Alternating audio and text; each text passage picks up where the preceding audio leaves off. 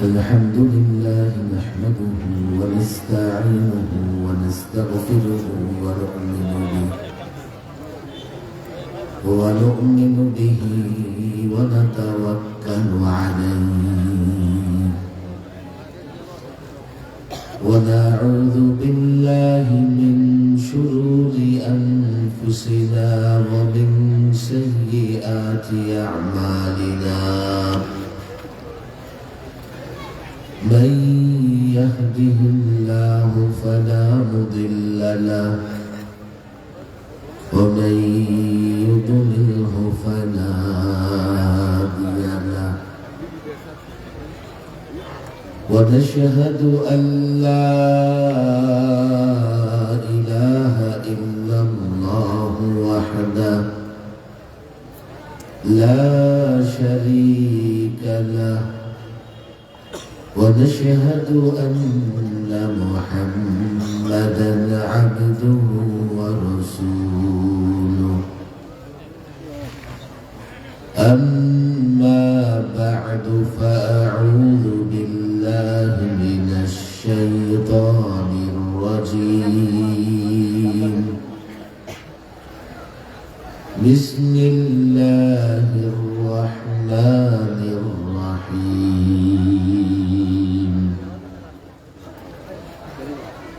إن الذين يلحدون في آياتنا لا يخفون علينا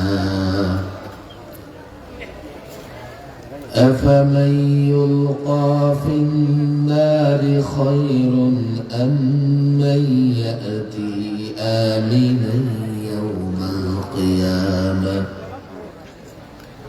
اعملوا ما شئتم إنه بما تعملون بصير صدق الله مولانا العظيم শায়েস্তাগঞ্জ কুরআন বাজার তাফসীর কমিটির উদ্যোগে আয়োজিত 7 দিন ব্যাপী 81তম পবিত্র তাফসীরুল কোরআন মাহফিলের মোহতারাম সভাপতি মণ্ডলী আল্লামা মনিরউদ্দিন সাহেব, আল্লামা আব্দুল হাকিম সাহেব, মাওলানা শাহ আলাউদ্দিন সাহেব, মাহফিলের সার্বিক ব্যবস্থাপনায় এবং পরিচালনায় হযরত মাওলানা কামালউদ্দিন সালেহ এবং মাওলানা নুরুল ইসলাম শায়েস্তাগঞ্জি এবং আমার পূর্বে যিনি অত্যন্ত জ্ঞান গর্ব আলোচনা করেছেন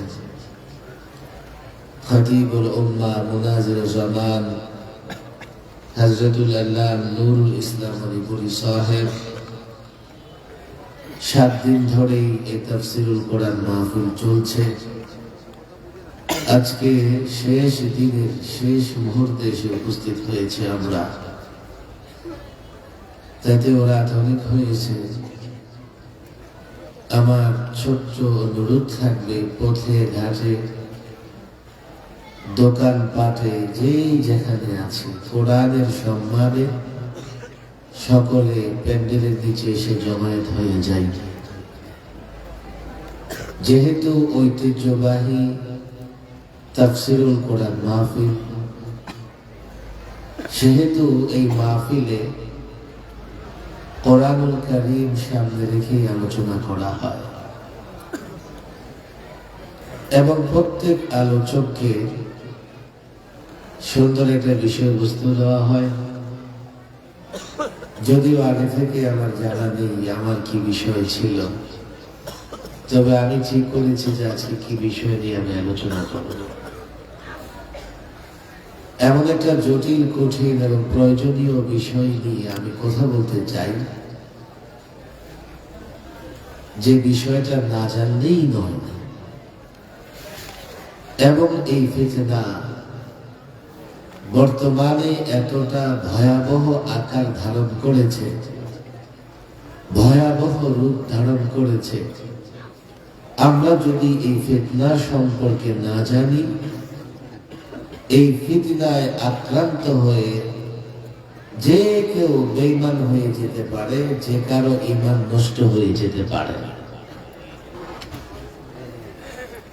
এই তাফসীরুল কোরআন মাহফিল ঐতিহ্যবাহী একটা মাহফিল। আলেম ওলামা, ছাত্র জনতা, দিন দরদি, দিন প্রিয় হাজারো মুসল্লি মুসলমান এখানে জমায়েত হয়। আমার বিশ্বাস এমন একটা জরুরি বিষয় নিয়ে যখন এখানে আলোচনা হবে, খুব সহজে এই বিষয়ের মূল যে দাবি, মূল যে চাহিদা, শিক্ষা খুব সহজেই ঘরে ঘরে পৌঁছে যাবে। আমি আমার যেহেতু তাফসীরুল কোরআন মাহফিল আলোচনার সুবিধার্থে সূরা হামিম সাজদা, সূরাকে সূরা ফুসসিলাতও বলা হয়, এই সূরা 40 নম্বর আয়াত তেলাওয়াত করেছে। সূরা হামিম সাজদা আয়াত নম্বর 40। কি বলা হয়েছে এই আয়াতে, কেনই বা এই আয়াতের বিষয়বস্তু আমাদের জন্য জানা অত্যন্ত আবশ্যক। যেহেতু বিষয়টা জটিল, সেহেতু আমি মনে করি যে সবাই আমার দিকে মনোযোগী হন। যে যেখানে বসার জায়গা পেয়েছে বসে যান, ডানে বামে কোথাও যেন আওয়াজ না হয়। কোরআনুল কারীমের দর্স হচ্ছে, তাফসীর যতটাই করতে পারি আর না পারি, কোরআনুল কারীম সামনে রেখে আলোচনা হচ্ছে। কি আছে আয়াতে, সে আলোচনায় যাবার আগে এই আয়াতের পূর্বে কি বিষয় নিয়ে আলোচনা হয়েছে তারও একটা ধারণা আমাদের থাকা দরকার। এই আয়াতের পূর্ববর্তী আয়াতগুলোতে আল্লাহ তাবারক ওয়া তাআলা যারা দ্বীন অস্বীকার করে, যারা ইসলাম অস্বীকার করে, যারা আসমানি কিতাব কোরআনকে অস্বীকার করে, তাদেরকে মূলত আল্লাহ তাবারক ওয়া তাআলা শাসন করেছেন, ধমক দিয়েছেন। তাদের পরিণতি কি হতে পারে বর্ণনা করেছেন, বয়ান করেছেন। আর এই আয়াতে মূলত সেই অবিশ্বাসী অস্বীকারীদের একটা বিশেষ প্রকার, খেয়াল করে শুনতে হবে, না হলে বুঝবেন না। আগে আলোচনা হয়েছে সরাসরি যারা দ্বীন, ইসলাম, কোরআন এবং সুন্নাহকে অস্বীকার করে, অবিশ্বাস করে। আর এই আয়াতে আলোচনা করা হয়েছে ওই সমস্ত লোকদের যারা সরাসরি দ্বীন তথা ইসলামকে অস্বীকার করে না, তবে দ্বীনের অনেক জরুরি বিষয় যা কোরআন সুন্নাহ দ্বারা প্রমাণিত, সেগুলোকে এইভাবে অস্বীকার করে যে তারা এটা বলতে চায় যে এই বিষয়গুলো কোরআন হাদিস দ্বারা প্রমাণিত না, এই জন্যই তারা তা মানে না। এর মানে হচ্ছে যে বিষয়গুলো কোরআনের নানা আয়াত হাদিস দ্বারা প্রমাণিত, তারা ওই আয়াত এবং হাদিসের বিকৃত ব্যাখ্যা করে, ভুল ব্যাখ্যা করে। এই জন্য আল্লাহ তাবারক ওয়া তাআলা বলেছেন, ইন্নাল্লাযীনা ইউলহিদুনা ফি আয়াতিনা, যারা ইলহাদ করে, আমার আয়াতে যারা ইলহাদ করে। এক সপ্তাহ ধরে তাফসীর শুনতেছেন, আবার আপনাদের ইতিহাস হচ্ছে 81 বছরের ইতিহাস। সুতরাং আমার কথা বোঝার চেষ্টাই করতে হবে। গতানুগতিক মাহফিল মনে করে অমনোযোগী হলে হবে না। যারা আমার আয়াতে ইলহাদ করে, ইউলহিদুনা ফি আয়াতিনা। মাদ্রাসার ছাত্র, উলামায়ে কেরাম, একটু আপনাদের সঙ্গে তাকরার হয়ে যাক, বোঝার চেষ্টা করেন। 7 দিন মাহফিল শুনে আপনারা ক্লান্ত হয়ে যান নাই তো? জিনাটা যত জোরে বের হয়েছে তাতে তো মনে হয় ক্লান্ত। মাত্র তো মাহফিল শুরু, 7 দিনের শেষ দিন, কমপক্ষে তো 12টা পর্যন্ত চলবে। কথা ঠিক না বেটে? বলেন আল্লাহু আকবার। কষ্ট হচ্ছে আপনাদের? উঁচু আওয়াজে তাকবীর দিতে হবে। আল্লাহু আকবার, নারায়ে তাকবীর। যত লোকের সমাগম, আওয়াজটা কিন্তু তত উঁচু হচ্ছে না। মাইকের সাউন্ড সিস্টেম কি ঠিক আছে? আমার কথা কি স্পষ্ট? আমার কথা কি বুঝতে সমস্যা হচ্ছে? আমি ভাবছিলাম সমস্যা হচ্ছে কিনা। আমি খুব টায়ার্ড। পটিয়া মাদ্রাসায় বয়ান করেছি জুমার আগে। পটিয়া থেকে রওনা হয়ে এই পর্যন্ত আসতে 9 ঘন্টা গাড়িতে থাকতে হয়েছে। 9 ঘন্টা। আপনাদের মনে হবে 9 ঘন্টা আগে বুঝি সফর শুরু। সফর তো কালকে জোহরের পরে শুরু করছে। এখন মধ্যরাত হয়ে যাচ্ছে, মনে হবে যে সফর শেষ। এটা মাঝামাঝি দেশ। এখান থেকে আবার শেখ বাড়ি যাবে, ওখানে শেষ। ঢাকা যেতে হবে না? ক্লান্ত যদি হই আমি হবো, আপনারা ক্লান্ত হবেন কেন? না নির্বাচনের জন্য স্লোগান জমা রেখে দিচ্ছে? আমার ভাই, তোমার ভাই। নারায়ে তাকবীর, আল্লাহু আকবার। হাত তুলুন।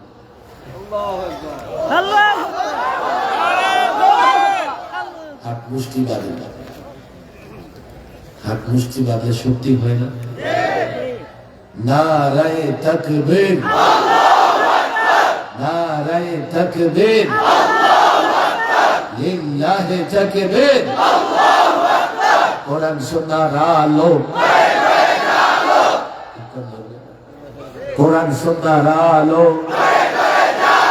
কোরআন সুন্নাহর আলো। আলেম ওলামা যেখানে, আলেম ওলামা যেখানে, মসজিদ মাদ্রাসা যেখানে, নারায়ে তাকবীর, লিল্লাহি তাকবীর। মাশাআল্লাহ। এখন মনে হইতেছে আপনারা বেঁচে আছেন।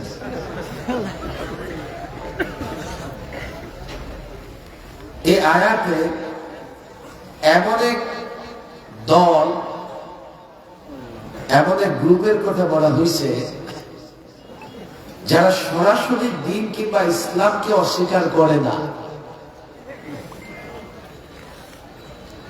ওরা কোরআন মানে কথা বলে, ইসলাম মানে কথা বলে, কিন্তু সে ইসলামে আছে কোরআন দ্বারা প্রমাণিত এমন অনেক বিষয়কে তারা অস্বীকার করে। আছে না নাই?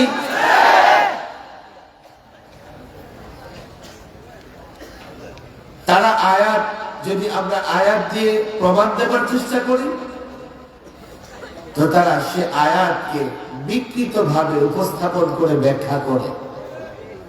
আমাদের ব্যাখ্যা, আহলুস সুন্নাহ ওয়াল জামাতের ব্যাখ্যা তারা গ্রহণ করে না। এই কথাই আল্লাহ বলেছেন, ইন্নাল্লাযীনা ইউলহিদুনা ফি আয়াতিনা। যারা আমার আয়াতে ইলহাদ করে। মাদ্রাসার ছাত্র আলেম ওলামাদের বলে যাই, ইলহাদ এটা একটা ফিতনা। ফিতনায়ে ইলহাদ। ইলহাদ শব্দের অর্থ হলো মূল জায়গা থেকে সরে এক পাশে চলে যাওয়া। আল্লাহ তাবারক ওয়া তাআলার আয়াতে ইলহাদ কিভাবে করে? আয়াত থেকে যে উদ্দেশ্য আহলুস সুন্নাহ ওয়াল জামাআহ উলামায়ে কেরাম দিয়েছেন, তারা সেখান থেকে সরে বিন্দু দিকে এক পাশে চলে যায়। বড় আফসোস, ফিতনায়ে ইলহাদ সম্পর্কে আমরা তো বলি না, আপনারাও বুঝবার চেষ্টা করেন না। বর্তমান সময়ে ফিতনায়ে ইলহাদ এতটা প্রসার লাভ করেছে, যে কোনো দলে, যে কোনো গ্রুপে, যে কোনো গোষ্ঠীর মধ্যে দু চারজন এমন পাওয়া যায়। কথা ঠিক না বেঠিক? নাম বললে আপনারা চিনে ফেলবেন। প্রত্যেক দল থেকে দু চারজন বের হইতেছে। কোরআন কারীমের মৌলিক বিষয় বা উদ্দেশ্য থেকে সরে গিয়ে নিজের অজ্ঞতার কারণে, না বুঝবার কারণে, না জানবার কারণে, কিংবা ষড়যন্ত্রমূলক কেউ কেউ আহলুস সুন্নাহ ওয়াল জামাতের যে ব্যাখ্যা, সেই ব্যাখ্যা থেকে সরে বিকৃত ব্যাখ্যা উপস্থাপন করে। কথা ঠিক না বেঠিক? ইলহাদ যে করে তাকে বলে মুলহিদ। মুলহিদের বহুবচন হচ্ছে মুলহিদুন, মুলহিদিন। দুই হালাত আছে। এটা হুজুর এই শব্দ তো নতুন মনে হয়, আপনারা মনে করতে পারেন মুলহিদ মানে আধুনিক প্রজাতির নাস্তিক। আধুনিক প্রজাতির নাস্তিক। নাস্তিক তো যে আল্লাহর অস্তিত্বে বিশ্বাস করে না, আস্তিক যে আল্লাহতে বিশ্বাস করে। কিন্তু এই যুগের আধুনিক নাস্তিক কেমন জানেন? হজও করে, আবার নিজেকে মুসলিমও দাবি করে, নামাজও পড়ে, রোজাও রাখে, কিন্তু কোরআনে কারীমের বিকৃত ব্যাখ্যা বুঝবার কারণে কিংবা বিশ্বাস করবার কারণে তাকে আর আমরা মুসলিম বলতে পারি না। তাকে বলা যায় যে আধুনিক প্রজাতির বা এক ধরনের নাস্তিক।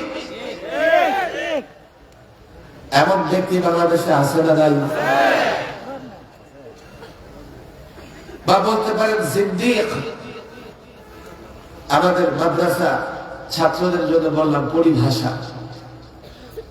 কেন সতর্ক থাকতে হবে? এই আধুনিক নাস্তিকতা থেকে আমরা যদি সতর্ক না থাকতে পারি, তো নাস্তিকরা দেখবেন তাদের বক্তৃতা, বিবৃতি, তাদের নানা ধরনের কর্মকাণ্ডের মধ্যে এবং ইসলাম সম্পর্কে সন্দেহ প্রদর্শন করবে। এই প্রজন্মের অনেকে সেই সন্দেহে নিপতিত হয়ে নিজের ঈমানটাকে নষ্ট করে ফেলবে। আমি যদি এক্সাম্পল দিতে থাকি যে আধুনিক নাস্তিক কারা, আধুনিক নাস্তিক কারা এবং কোন দলের কোন ব্যক্তিটা কি ধরনের বক্তৃতা দিয়া আধুনিক নাস্তিকদের দলে অন্তর্ভুক্ত হয়েছে, রাত শেষ হয়ে যাবে। কিন্তু আধুনিক নাস্তিকতার একটা এক্সাম্পল, একটা উদাহরণ আপনাদের সামনে তো দিতেই হবে। আর সেই উদাহরণটা হচ্ছে গত 2-3 দিন ধরে সবচাইতে আলোচিত একটা গোষ্ঠী, বাউল গোষ্ঠী। এবং যারা বাউলদের সমর্থনে মাঠে নেমেছে। বাংলাদেশে একজন বুদ্ধিজীবী আছে, আমি তো বলি ওরা তো আসলে বুদ্ধিজীবী না, ওরা পরজীবী। বাংলাদেশে বসবাস করে আর ওদের মুখে দিল্লির হাড্ডি, ওদের মুখে পশ্চিমাদের হাড্ডি। ওরা পরজীবী। যারা এই বিতর্কিত আল্লাহদ্রোহী বাবুলদের পক্ষ নিয়েছে, ওরা আধুনিক প্রজাতির নাস্তিক। এতদিন তো আসলে আউল বাউল নিয়ে গবেষণা করার সময় ছিল না আমাদের, আমরা গবেষণাও করি নাই। এখন দেখলাম তাদের নামে এবং কামে মিল আছে। তাদের নামে এবং কামে কি আছে? তাদের নাম বাউল। তাদের নাম কি? বলেন নাম কি? বাউল শব্দের অর্থ কি? মাদ্রাসার ছেলেরা বলো, বাউল শব্দের অর্থ কি? আপনারা সবাই জানেন না? হাদিসে এসেছে ইস্তানজিহু মিনাল বাউল, রাসূলুল্লাহ বলেছেন ইস্তানজিহু মিনাল বাউল, তোমরা বাউল থেকে পবিত্রতা অর্জন করো। তোমরা বাউল থেকে পবিত্রতা অর্জন করো। বাউল হচ্ছে পেশাব। কথা ঠিক না বেঠে? যদি আধুনিক শিক্ষায় শিক্ষিত যারা আছে, আমার কথায় যদি বিশ্বাস না হয়, মাদ্রাসায় যান, ডিকশনারি দেখেন, লোগান দেখেন, ঠিক বলছি কিনা। পেশাব কথাটা শুনতে একটু কেমন যেন অ্যাডাল্ট অ্যাডাল্ট মনে হয়। আমরা বাচ্চাদের শব্দগুলো ব্যবহার করতে পারি। বাচ্চাদের পেশাবকে বলে হিসু। কি বলে? আপনাদের ভুলে গেছে কি বলে? আল্লাহ হিসু বলেনি, একজন তো বুঝতে দিস।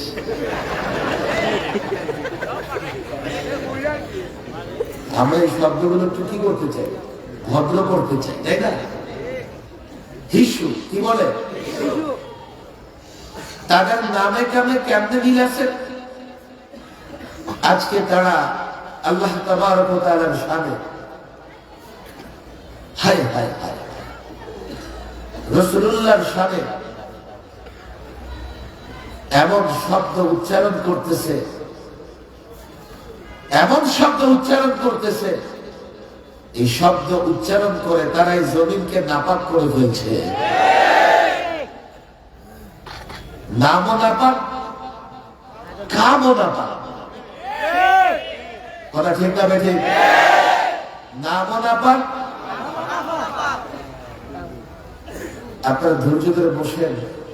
বোঝার ব্যাপার হলো, সবচাইতে আলোচিত ব্যক্তিটার নাম হচ্ছে আবুল। সবচাইতে আলোচিত ব্যক্তিটার নাম কি? আবুল অর্থ কি জানেন? আবুল অর্থ তো জানেন না। যদি আবুল নামের কেউ থাকে, আমার উপর নারাজ হবেন। নারাজ হবেন? কষ্ট পাবেন? বাউল মানে পেশাব করা বা হিসু করা, এটা একটা শব্দ বল। মাদ্রাসার ছেলেরা বলবে এটা মাজদার। মাজদার বা শব্দবল থেকে রূপান্তরিত হয়ে অনেক শব্দ গঠন হয়। যেমন বাউল মানে যদি হয় হিসু করা, তাহলে সে হিসু করে, তারা হিসু করে, তুমি হিসু করো, তোমরা হিসু করো, আমি হিসু করি, আমরা হিসু করি। শিশুটি হিসু করে রূপান্তর হয়ে নানা শব্দ গর্দান হতে পারে কি পারে না? কেউ যদি বলে যে আমি হিসু করি, এর আরবি কি? কেউ যদি আমি হিসু করি শব্দের আরবি জানতে চায়, তো তার আরবি হলো আবুল। আমি হিসু করি, তার আরবি কি? বলেন আবুল। তার আরবি কি? তার আরবি কি? ঘটনা দেখছেন? এই আবুলে বাউল করে। কথা ঠিক না বেঠিক? এই আবুলে হিসু করে। এই আবুলে কি করে? এই আবুলে কি করে? আবুল এবং তার আউল ফাউল গোষ্ঠী সারা দেশে হিসু করে 56,000 বর্গ মাইল নাপাক করে রেখেছে।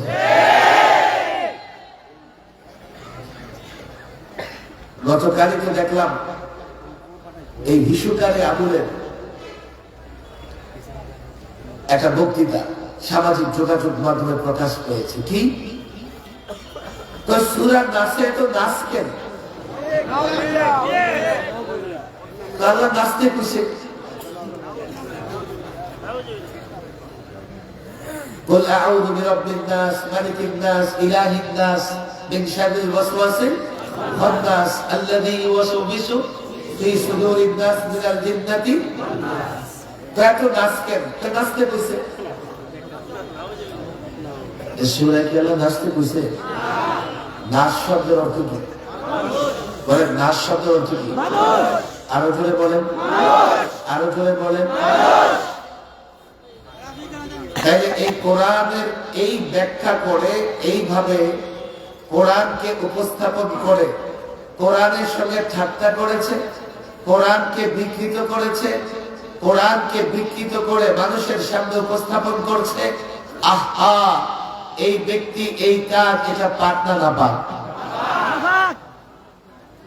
নিজেই বলি, তাদের নামে এবং কামে মিল আছে, কথা ঠিক না বেঠে? আমি উদাহরণ একটু পরেই যেতে চাইছিলাম।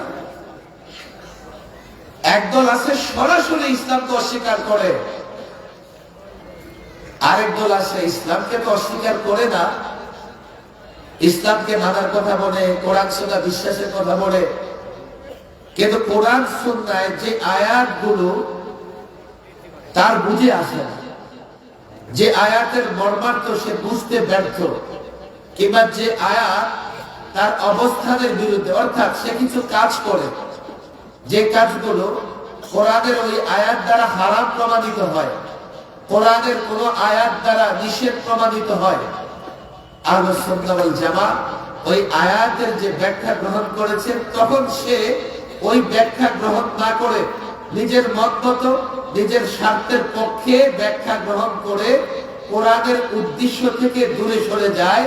তো যারা সরাসরি কোরআনকে অস্বীকার করেছে, অস্বীকার করে কাফের হয়ে গেছে, সেও কোরআনের বিকৃত অর্থ মর্মার্থ গ্রহণ করবার কারণে কাফের বেঈমান হয়ে গেছে। আপনাদের কষ্ট হয়ে যাবে, কথা আমি লম্বা করবো না, আমাকে বোঝার চেষ্টা করেন। বলেন হুজুর নামাজ পড়ে, রোজা রাখে, এটা করে ওটা করে, আপনি তাকে কাফের অবস্থান কেমনে বলেন? আমি চট্টগ্রাম থেকে রওনা হয়ে হবিগঞ্জ পর্যন্ত এসেছি। রাস্তায় যদি 100 ট্রাফিক সিগন্যাল থাকে, আমি 99টা মানলাম, একটা ট্রাফিক সিগন্যাল মানলাম না, পুলিশ সহ উড়াইয়া দিলাম। সামনের পুলিশ ব্যারিকেড দিয়ে আমাকে ধরবে, থানায় নিয়ে যাবে, বলবে আপনি ট্রাফিক সিগন্যাল অমান্য করেছেন কেন? আমি যদি বলি 99টা মানছি, এক জায়গায় উড়াই দিচ্ছি, সমস্যা কি? ছাড়বে না, ধরবে। খেয়াল করে শোনেন, রাষ্ট্রের 100টা আইন আছে, আপনি 100টা আইন মানলেন, একটা আইনকে মানলেন না, অমান্য করলেন, আপনার বিরুদ্ধে রাষ্ট্রদ্রোহিতার মামলা হবে কি হবে না? সমাজের প্রত্যেকটা অপরাধী শুধু অপরাধী করে না, ভালো কাজও করে। সারাদিন অনেকগুলো ভালো কাজ করে, বিকেল বেলায় হয়তো সে একটা অপরাধ করে ফেলেছে। একজন ব্যক্তি ইসলামের প্রত্যেকটা বিষয় মানে, কিন্তু ইসলামের একটা অকাট্য বিষয়, অকাট্য দলিল দ্বারা প্রমাণিত একটা বিষয়কে যদি সে অস্বীকার করে, বাকি সবগুলো বিষয় মানলেও সে তার ঈমান হেফাজত করতে পারবে।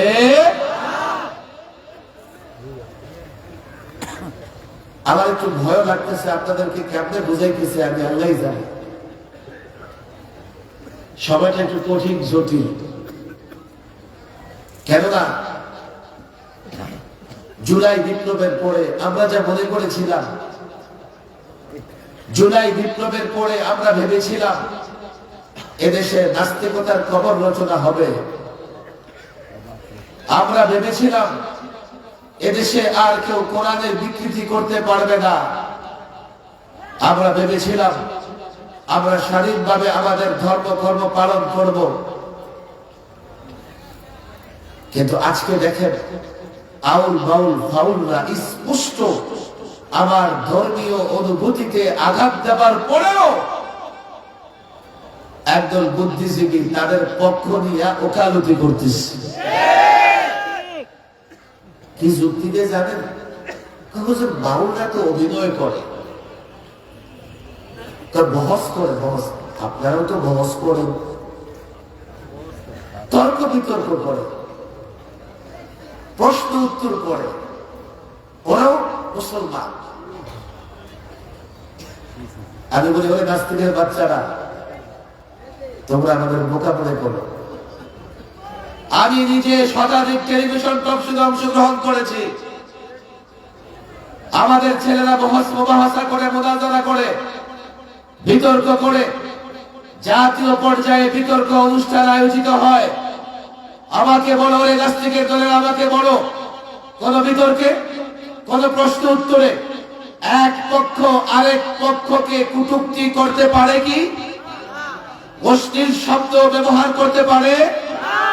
নিকৃষ্ট শব্দ ব্যবহার করতে পারে? মিথ্যা তথ্য দিতে পারে? পারে না। তোমরা যদি বাউলদের এই ধরনের নিকৃষ্ট কাজকে বিতর্ক মনে করো, প্রশ্ন উত্তর মনে করো, বহস মুবাহাসা মনে করো, মুনাজারা মনে করো, আমাকে বলো এই বাউলরা কেবলমাত্র এক পক্ষ আরেক পক্ষকে গালি দিচ্ছে, নিকৃষ্ট শব্দ ব্যবহার করছে, অশ্লীল শব্দ ব্যবহার করছে এমন নয়, বরং তারা এই মুবাহাসা বিতর্কের নামে স্বয়ং আল্লাহ তাবারক ওয়া তাআলার শানে কটূক্তি করছে, আল্লাহর নবীর শানে বেয়াদবি করছে। সুতরাং এগুলো তর্ক বিতর্ক নয়, এগুলো মুবাহাসা নয়, এগুলো শিরক, এগুলো কুফর, এগুলো আল্লাহর দ্রোহিতা। আল্লাহর কসম, কুফর, শিরক, আল্লাহর দ্রোহিতা বাংলাদেশে চলতে পারে না।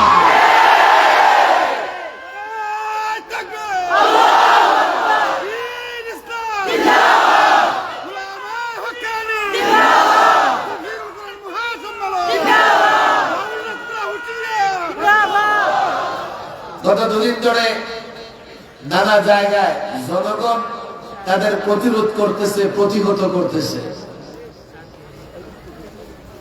এগুলো সামনে এনে বলতেছে এগুলো বন্ধ করেন, বন্ধ করেন। একবারও বলতেছে না বাউলদেরকে তোমরা কটূক্তি করেছো, ক্ষমা চাও, একবার ওই বুদ্ধিজীবীরা বলে না।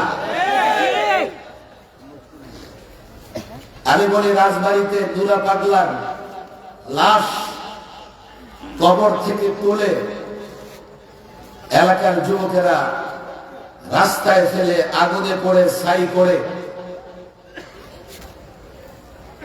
এরপরে ফায়ার সার্ভিসে ওয়াশ করে ফেলেছে। তার পোড়া লাশের চিহ্ন ছাই পর্যন্ত বাকি নাই। মিডিয়া আমাকে প্রশ্ন করে, হুজুর এই যে দুরা পাগলার লাশটা আগুনে পড়াইলো জায়েজ আছে কি? রাজবাড়ির দুরা পাগলার ঘটনা শোনেননি আপনারা?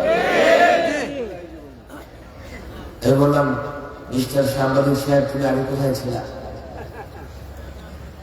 এই দুরা পাগলার উম্মতেরা, তার অনুসারীরা যখন তার কবরের উপরে কাবা বানাইল, কাবা বানাইয়া তাওয়াফ করলো, তখন তো তুমি জিজ্ঞেস করলে না যে কবরের উপরে কাবা বানাইয়া তাওয়াফ করা জায়েজ আছে কিনা? তখন তো তুমি জিজ্ঞেস করলে না। তার অনুসারীরা যখন এই গাঞ্জা করিয়া বাঁধল, দুরা পাগলার কবরের উপরে কাবা বানায়া তাওয়াফ করতেছিল, এলাকার লোকেরা আলেমদের ধরলো, আলেমদের জিজ্ঞেস করলো এগুলো কি হচ্ছে? আমি একজন মুসলমান, আমি এগুলো বরদাস্ত করতে পারবো না। আলেমরা শান্তিপ্রিয়, তারা বললো চলো মিছিল করি, মিটিং করি, স্মারকলিপি দেই। তাই করো। উপজেলায় গিয়ে স্মারকলিপি দিল, জেলা পর্যায়ে গিয়ে স্মারকলিপি দিল।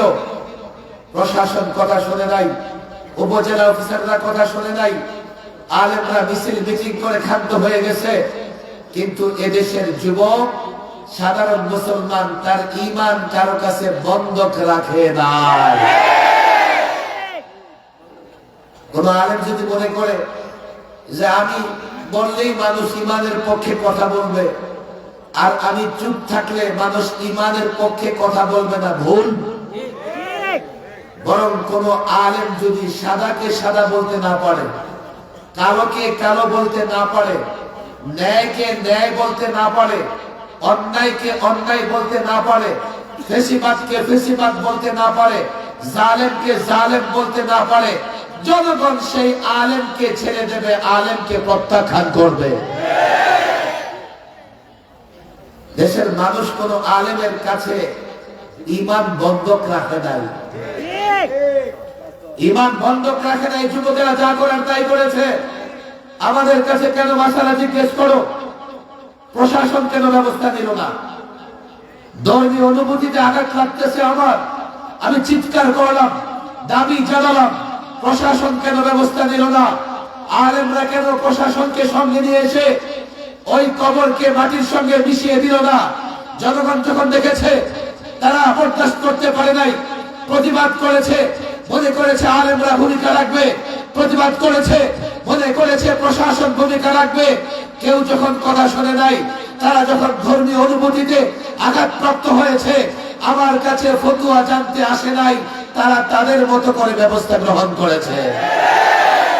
আমি পরিষ্কার বলে যাচ্ছি প্রশাসনকে, পরিষ্কার বলে দিচ্ছি যুবকদেরকে, রাজনৈতিক নেতাদেরকে, কেউ আমাদের কাছে ঈমান বন্ধক রাখে নাই। আমাদের কথায় উঠবে, আমাদের কথায় বসবে, এমনও নয়।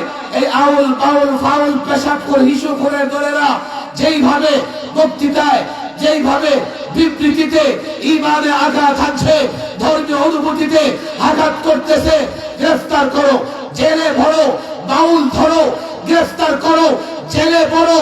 না হয় দেশের জনতা তারা যদি প্রতিরোধ করতে নেমে যায়, প্রতিহত করতে নেমে যায়, মাসালা জিজ্ঞেস করবে না, আইন মানবে না, আমরা দায় নিতে পারবো না, দায় নিতে পারবো না। আমাদের ব্যথাগুলো বোঝার চেষ্টা করো। আমরা শান্তি চাই, কিন্তু অশান্তি তো করতেছে তারা, আল্লাহকে কটূক্তি করতেছে। আরে বুদ্ধিজীবীরা বলেছে ওরা অভিনয় করে, মুবাহাসা করে, টকশো করে, বিতর্ক করে। আফসোস, দু চার জায়গায় যদি প্রতিরোধ বা প্রতিহত করার ঘটনা ঘটে, এর দায়ও সরকারকে নিতে হবে। জনগণের কেন প্রতিহত করতে হবে? যেই সমস্ত বাউল শিল্পীদের বক্তৃতা, যাদের পালা গান রেকর্ড হয়ে সামাজিক যোগাযোগ মাধ্যমে ছড়িয়ে পড়েছে, আমি ঢাকার প্রশাসনকে বলেছি, এখানকার প্রশাসনের ভাইদের বলে যাচ্ছি, যদি মনে করো সাম্প্রদায়িক সম্প্রীতি টিকে থাকবে, যদি মনে করো জনগণ আইন শৃঙ্খলা মেনে চলবে, তাহলে জনগণের ঈমানের অনুভূতিতে যারা আঘাত করছে তাদেরকে ধরো, জেলে ভরো। জনগণ মাঠে নামবে না, চিৎকারও করবে না। এ হচ্ছে আধুনিক প্রজাতির নাস্তিক। এর পেছনে দুটো কারণ হতে পারে।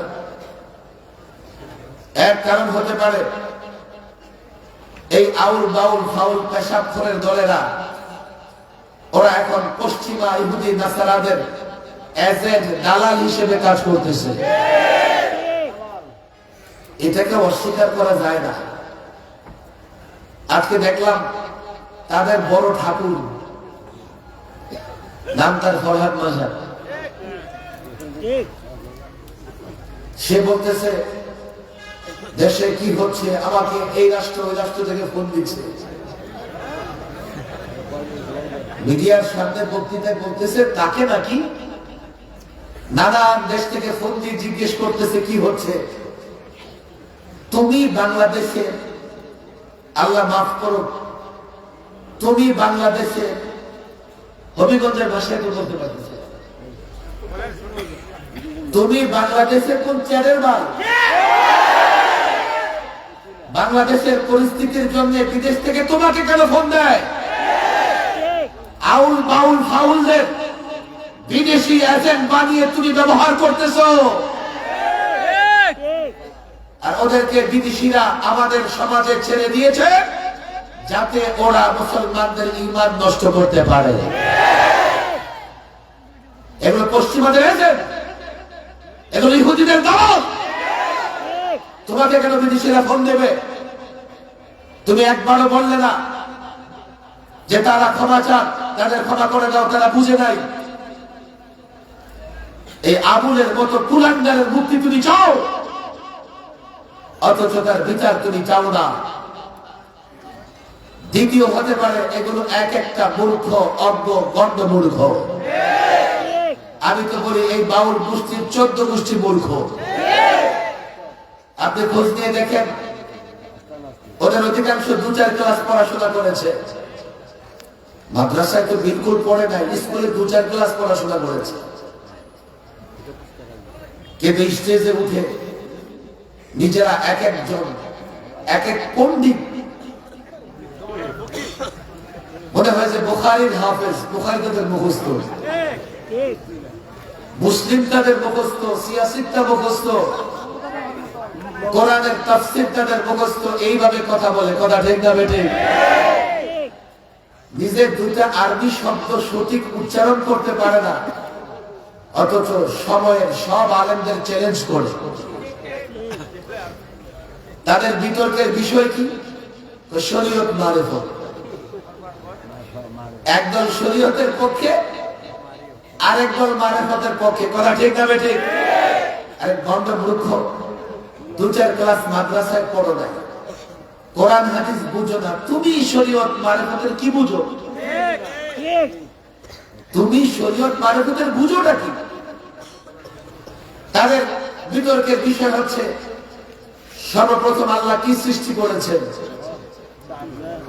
তাদের বিতর্কের বিষয় হচ্ছে আল্লাহর নূর, রাসূলুল্লাহর নূর সাল্লাল্লাহু আলাইহি ওয়াসাল্লাম। এমন বিষয় নিয়ে তারা বিতর্ক করে, অথচ 14 গোষ্ঠী জমা করে পেটে অ্যাটম বোমা মারলেও এইসব বিষয়ের শুদ্ধভাবে 2 লাইন তাদের মুখ দিয়ে বের হবে না। তাদের বড় একটা অংশ গণ্ড মূর্খ, আর পেশা বানিয়েছে পালাগানকে।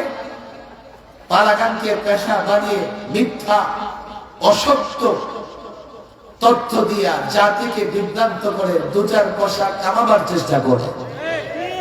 হতে পারে মূর্খ, আবার তারা হতে পারে বিদেশিদের এজেন্ট। সামনে আসছে নির্বাচন, বলবেন হুজুর নির্বাচন তাদের সমস্যা কি? সমস্যা হচ্ছে ওরা উস্কানি দিয়া, ওরা যখন আমাদের খোঁচা দিবে আমরা চিৎকার করব, ওরা যখন আমাদের খোঁচা দিবে আমরা চিৎকার করব, তো ওরাই আবার তাদের প্রভুদের কাছে নালিশ করবে যে বাংলাদেশে আমরা নির্যাতিত। ওরাই আবার প্রভুদের কাছে নালিশ করবে আমরা জুলুমের শিকার, আমাদের সাহায্য করেন, আমাদেরকে জার্মানির ভিসা দেন, আমাদেরকে ফ্রান্সের ভিসা দেন, বলে আমেরিকা বাবা আমাদের দেখেন, আমাদের সাহায্য করেন। আমরা পড়েছি মুসিবতে, তারা আমেরিকার সহযোগিতা দিবে, ফ্রান্স জার্মানির সহযোগিতা দিবে। কেউ জার্মানির নাগরিক হবে, কেউ বা ফ্রান্সের নাগরিক হবে, কেননা ওসব দেশে ইসলাম মুসলমানের দুশ্মনরা বসেই আছে, যারা মুসলমানদের ক্ষতি করতে পারে তাদের সহযোগিতা করবে। এরপরেও আমি পরিষ্কার বলি আমি, যাই হোক সবাই যাই হোক, তাদের পেছনে যেই থাকুক না কেন, তারা যেখান থেকে পরিচালিত হোক না কেন, তারা যেখান থেকে সাহায্য পাক না কেন, যে শব্দগুলো তারা আল্লাহ তাবারক ওয়া তাআলার শানে, আল্লাহ তাবারক ওয়া তাআলার শানে ব্যবহার করছে, বেয়াদবি করছে, আর যাই হোক তাদের ক্ষমা হবে না। এক একজনকে সর্বোচ্চ শাস্তি দিতে হবে। সর্বোচ্চ শাস্তি না দিলে, আজকে তো ঢাকা চট্টগ্রামে বিক্ষোভ হয়েছে, এই অপরাধী বাউলদের, আল্লাহদ্রোহী বাউলদের সর্বোচ্চ শাস্তি নিশ্চিত না হলে 56,000 বর্গ মাইলের প্রত্যেকটা ইঞ্চি মাটিতে সমাবেশ হবে, বিক্ষোভ হবে। এই মাটি এতটাই উত্তপ্ত হবে, নাস্তিক, মুরতাদ, বেঈমান, আল্লাহদ্রোহীরা এই মাটিতে পা রাখতে পারবে না।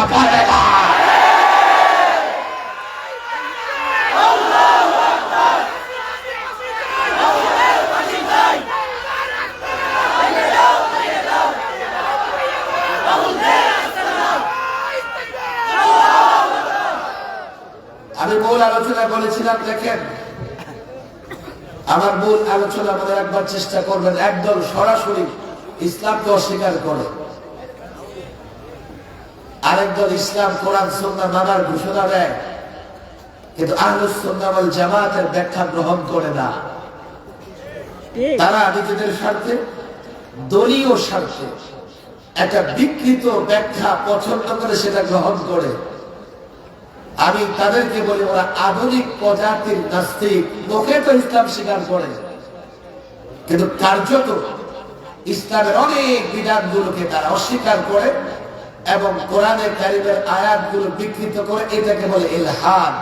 যে আল্লাহ তাবারক ওয়া তাআলা সূরা হামিম সিজদা বা সূরা ফুসসিলাত এই সূরার 40 নম্বর আয়াতে আল্লাহ পরিষ্কার বলে দিয়েছেন, ইন্নাল্লাযীনা ইউলহিদুনা ফি আয়াতিনা, যারা আমার আয়াতে ইলহাদ করে, আয়াত থেকে বিকৃত অর্থ গ্রহণ করে, লা ইয়াখফাউনা আলাইনা, লা ইয়াখফাউনা আলাইনা, তাদের এই কর্মকাণ্ড গোপন নয় আমার কাছে। তাতে বোঝা গেল যারা মুখে ইসলাম বলে আর কাজে করবে আহলুস সুন্নাহ ওয়াল জামাতের বাইরে গিয়ে, সরে গিয়ে বিকৃত কোনো অর্থ গ্রহণ করে, ওরা ওদের কাজকে গোপন রাখতে চায়, গোপন রাখতে চায়। আল্লাহ বলতেছে লা ইয়াখফাউনা আলাইনা, তাদের এই কর্মকাণ্ড আমার কাছে গোপন নয়। বুঝবার চেষ্টা করেন কেন তারা গোপন রাখতে চায়। এর ব্যাখ্যা বিশ্লেষণ আপনারা বুঝে গেছেন। তারা যদি তাদের কুফর এবং শিরক গোপন রাখতে পারে, তাহলে সহজেই মুসলমানদের ধোঁকা দিতে পারবে। কথা ঠিক না ঠিক? কিন্তু আল্লাহর কাছে সেটা গোপন নয়।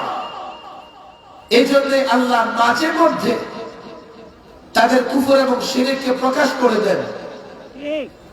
কেন প্রকাশ করে দেন? যাতে সাধারণ মানুষের ঈমান হেফাজত হয়। কাদিয়ানীদের এমন একটা মিশন আছে, তারা প্রকৃতপক্ষে মুমিন মুসলিম না, কিন্তু মসজিদ বানায় মুসলমানদের মতো, নামাজ পড়ার দাবি করে, রোজা রাখার দাবি করে। তারা তাদের কুফর শিরককে গোপন রাখে। আল্লাহ আমাদের সামনে প্রকাশ করে দিয়েছেন, পুরা উলামায়ে কেরাম ঐক্যমত এই কথার উপরে, কাদিয়ানীরা অমুসলিম, তারা কাফের। নতুন আরেকটা বাউল দেখেন, এতদিন আমরা এই ফাউলদের নিয়ে কোনো কথাই বলি নাই। ফাউলরা কি করে আমরা জানতাম না। আমরা কোনোদিন ফাউলদের প্রোগ্রামেও যাই না, ফাউলদের দাওয়াতও দেই না। আল্লাহ আমাদের উপর ইহসান করেছেন। না হলে এই ফাউলরা, বাউলরা, পেশাব করে দলেরা, আরে তোমাদের পেশাব খেতে মন চায় তো বাংলাদেশে কেন, প্রতিবেশী দেশে চলে যাও। এদেশে তো কেউ পেশাব খায় না। আমাদের প্রতিবেশী দেশে সকাল হলেই ওরা আমাদের মায়েদের পেছনে পেছনে দৌড়ায় পেশাব খাওয়ার জন্য। ওদের বউ মাতার পেছনে দৌড়ায় পেশাব খাওয়ার জন্য। পেশাব খেতে মন চাইলে ওদের সে যাও, বাংলাদেশ কেন নাপাক করতেছো? ওরা 56,000 বর্গমাইল নাপাক করে রেখেছে। আফসোস, আল্লাহ আমাদের উপর দয়া করেছে। এই পরিসংখ্যান বড় ভয়াবহ। ওদের এই নাপাক পেশাব করার, হিসু করার সবচাইতে বড় পছন্দনীয় জায়গা হচ্ছে মাজার আর উরুস। আর সেখানে ওদের এনার্জি, চালিকা শক্তি হচ্ছে ইয়াবার গাঞ্জা। আমি আশ্চর্য হয়ে গেছি, এই আবুলের পক্ষে গাঞ্জাখোর, মাজার পূজারী, কবর পূজারীরাও নেমে গেছে। পেছনের ইতিহাস জানলে দেখা যায়, একবার এক মাজার পূজারী গ্রেফতার হয়েছিল। সেই মাজার পূজারীর মুক্তির জন্য এই বাউল পূজারীরাও নেমেছে। যদি এই বাউলদের আস্তানা হয়ে থাকে উরুস আর মাজার, বাংলাদেশে একটা পরিসংখ্যানে দেখা গেছে প্রায় 52,000 মাজার আছে, 52,000 উরুস হয়। আর এই উরুসে যায় আমার যুবকেরা, সেখানে গেলে নারীদের নাচ দেখা যায়, সেখানে গেলে ইয়াবা গাঞ্জা পাওয়া যায়। আমি বুঝি না আমার দেশের আইন শৃঙ্খলা বাহিনী কি করে উরুসের অনুমতি দেয়। আমার দেশের সরকারেরা কি করে মাজার আর উরুসের পক্ষে কথা বলে। কেন জানেন? 52,000 উরুস বা মাজার যেখানে আছে, আপনি তালাশ করে দেখেন 99.99টা উরুস এবং মাজারে গাঞ্জার আসর বসে, ইয়াবার আসর বসে। আমার দেশের আইনে এটা নিষিদ্ধ, গাঞ্জা নিষিদ্ধ, ইয়াবা নিষিদ্ধ, ফেন্সিডিল নিষিদ্ধ, মাদক নিষিদ্ধ। তাহলে যেই অনুষ্ঠানে প্রকাশ্যে মাদক সেবন করা যায়, ইয়াবা সেবন করা যায়, গাঞ্জা সেবন করা যায়, ওই অনুষ্ঠান, ওই উরুস, ওই মাজার পূজার অনুমতি বাংলাদেশের আইনে কোন প্রশাসন দিতে পারে না, দেওয়ার অনুমতি নাই।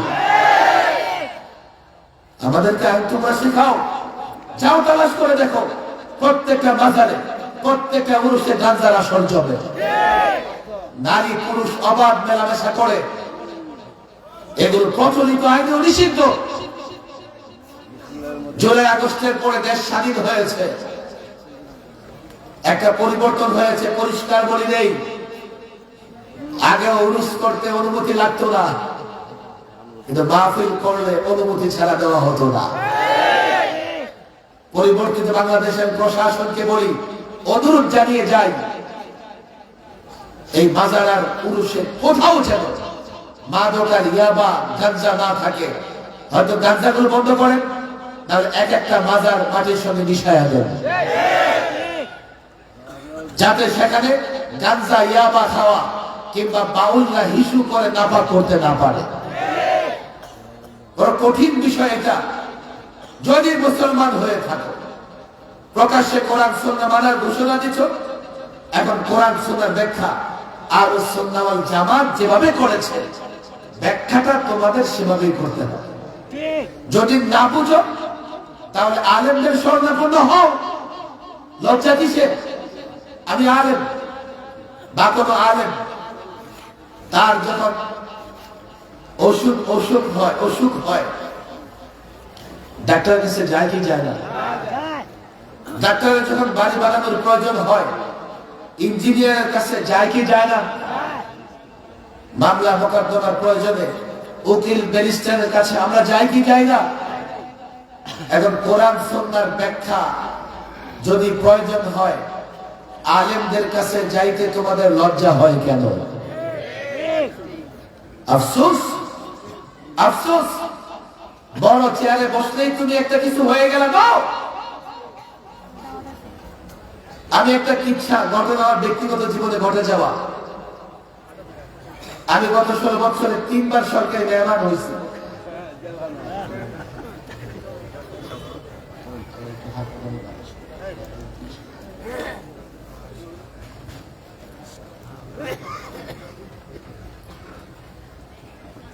আপনাদের কষ্ট হইতেছে? 3 বার সরকারি মেহমান ছিলাম। মাশাআল্লাহ, খুব যথেষ্ট মেহমানদারি করছে। শেষবার 21-এ যখন মেহমান হই, বিশেষ মেহমান খানা, রিমান্ডে ছিলাম প্রায় 15 মাস। দেখেন, আলেমরা যখন মেহমান খানায় যায়, জেলখানায় যায়, সেটা আর জেলখানা থাকে না, সেটা ইবাদত খানা হয়ে যায়।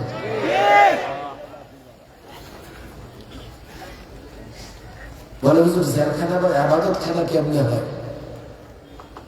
খতিবে বাংলার মৌলানা জুনায়েদ আলী সাহেব আসতেছে। আমি লম্বা বক্তৃতা করবো না, আমার আবার শেখ বাড়ি যাওয়া লাগবে। জেলখানার ভেতরে রাতের 1টা-2টা যখন বাঁচত, আলেমদের এক এক সেল, এগুলো ফাঁসির সেল ছিল। আলেমদেরকে কাশিমপুর হাই সিকিউরিটি 4 নম্বর কারাগারে ফাঁসির সেলে রাখা হয়েছিল। এক এক সেল থেকে, এক এক কামরা থেকে কান্নার আওয়াজ আসত। কোন আলেম রাত 2টার সময় দাঁড়ায় তাহাজ্জুদ করতেছে, কেরাত করতেছে, তেলাওয়াত করতেছে, আর কাঁদতেছে।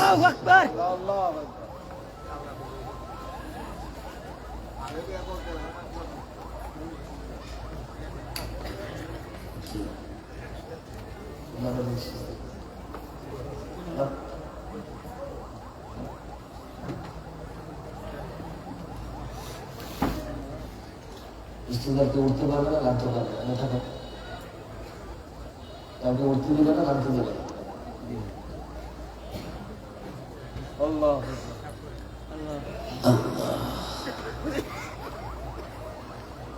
কোন আলেম রুকুতে গিয়া রুকুতে করে ঘন্টার পর ঘন্টা কাঁদতেছে,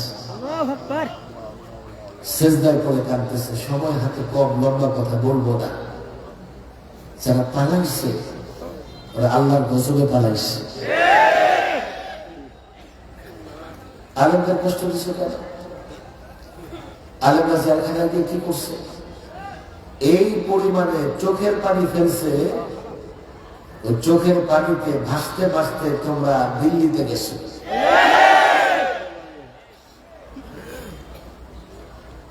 ছাত্ররা একটা উসিলা, তবে এই প্রজন্মের ছাত্ররা বড় সাহসী। এই জন্য তাদেরকে নিয়ে আমি একটা স্বপ্ন দেখি। কেন সাহসী দেখেন? আমরা 16 বছরে যা করতে পারি নাই, এই ছাত্ররা 16 দিনে তা করে দেখিয়েছে। আমার এখন অবাক লাগে। তখনই মনে হয়েছে এই ছাত্ররা কোন জুলুম অন্যায়ের কাছে মাথা নত করবে না। আলেমদের জেলে পড়েছে, তোমাদের পরিণতি হয়েছে, তোমাদের পরিণতি তোমরাও দেখতেছো, জাতিও দেখতেছে। আলেমরা জেলখানায় গিয়ে ক্ষতিগ্রস্ত হয় না। একটা সময় মনে হয়েছে জেলখানায় থাকতে আর মনে হয় বের হতে পারবো না, আর মনে হয় তাফসীরও করতে পারবো না, ওয়াজও করতে পারবো না। আজকে আল্লাহ আমাদের জনগণের সামনে রেখে দিয়েছে, তারাই পালিয়ে যেতে বাধ্য হয়েছে। কথা ঠিক না বেঠিক?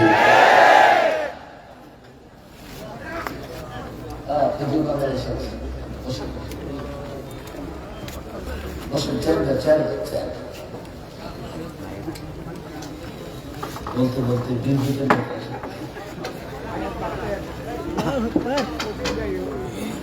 আমার দিকে টাকা দেয়, আমার কথা শেষ, 1-2 মিনিটের মধ্যে শেষ করে বসেন।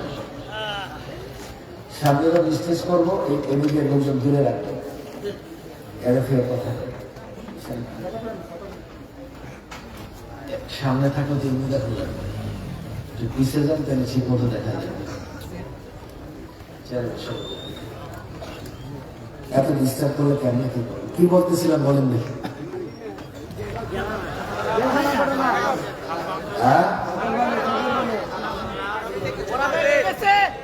ছাত্রদের সাহস আছে না নাই? ওরা কি দেশে আছে না গেছে না?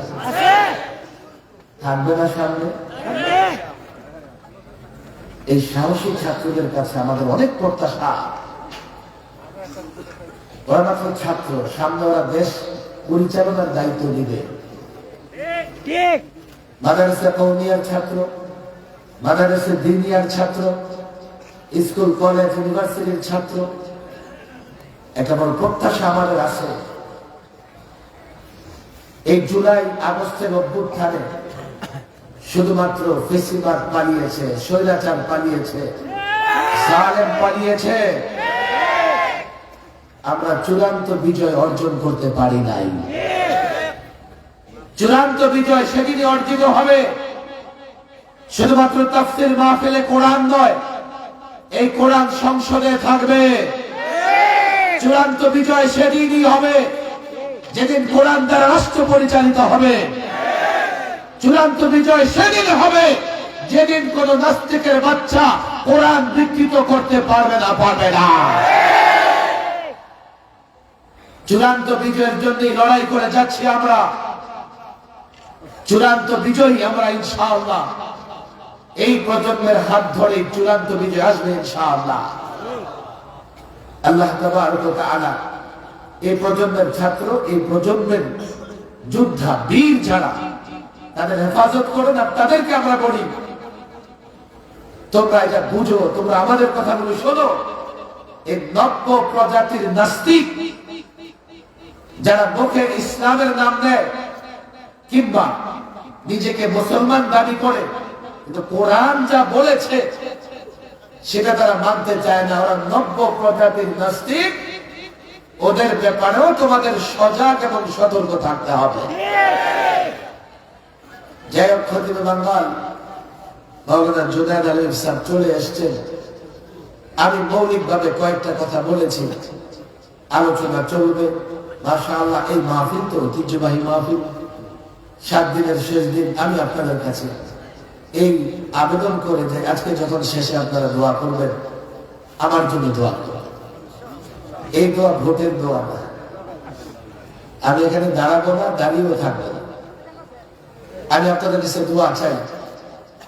এখন একটা বড় কঠিন সময় পার করতে হচ্ছে, আর আমি তো বিশ্বাস করি সিরাতে মুস্তাকিম কিংবা সত্যিকার অর্থে মুমিন থাকতে হলে মৃত্যু পর্যন্ত লড়াই করতে হবে।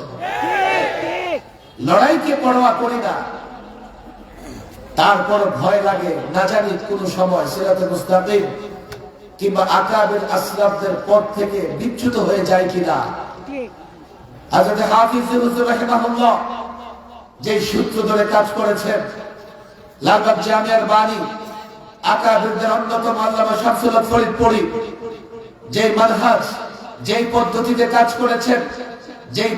কাজ করেছেন মুফতি দ্বীন মোহাম্মদ খান, মাওলানা হেদায়েতুল্লাহ সাহেব সহ সর্বশেষ আল্লামা মুফতি আমিনুর রাহিমাহুল্লাহ এদেশে কোরআন সুন্নাহ প্রতিষ্ঠার জন্য, দ্বীন প্রতিষ্ঠার জন্য ত্যাগ এবং কুরবানির মন মানসিকতা নিয়ে যেই পদ্ধতিতে কাজ করছেন, আমরা সেই পদ্ধতিতে কাজ করে যাচ্ছি। সেই পদ্ধতিতে যেন কাজ করে যেতে পারি, দেশের মানুষের ঈমান, দেশের মানুষের আমল হেফাজতের জন্য যাতে অবিচল অটল পাহারাদারের ভূমিকা পালন করতে পারি, সেই জন্য দোয়া করবেন তো ইনশাআল্লাহ। আপনাদের কাছে দোয়া আছে। আমি আমার বক্তৃতা শেষ করছি। ওয়া মা তাওফীকি ইল্লা বিল্লাহ ওয়া মা আলাইনা ইল্লা।